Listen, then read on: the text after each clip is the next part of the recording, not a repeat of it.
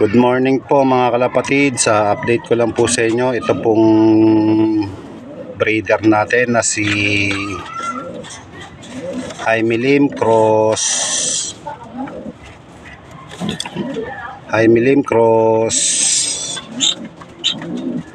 John Arden Paul Sion. Ayan po yung Paul Sion Cross John Arden, yan checkered. Yung blue bar po Jaime Lim.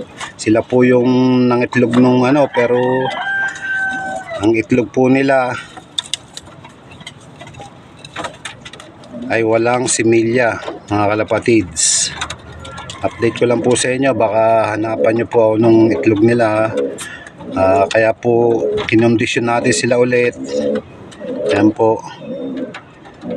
At sana pag nangitlog ulit sila may similya na mga kalapatids. Ayan po yung Paul Sion. Ito po yung Jaime Lim. Ayan po yung blue bar, yung Jaime Lim mga kalapatids. Ayan po.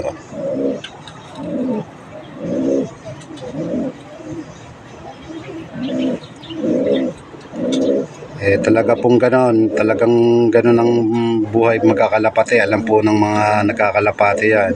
Hindi natin sure yung itlog pa lang ay kung mabubuhay o hindi. Kaya nga po ang kasabihan nila, pag itlog pa lang huwag ka munang magbilang ng sisiw mga kalapatids. Ayan po.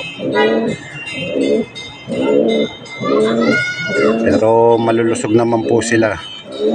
Ayan po. Pero kukondisyon pa natin yan para ayos. At kung magkasimilya at mapisa yung itlog nila, ano natin yan, check pa rin po natin kung yung YBs kung good or hindi.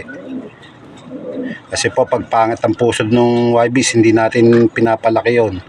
Sa sistema ko lang po yun hindi natin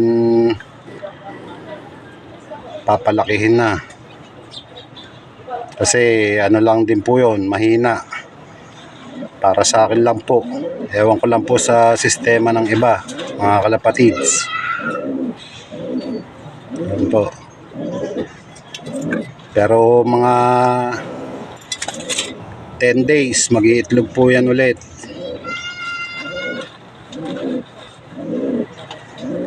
Mga kalapatids.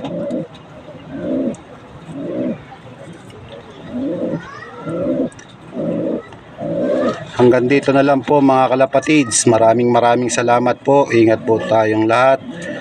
God bless mga kalapatids.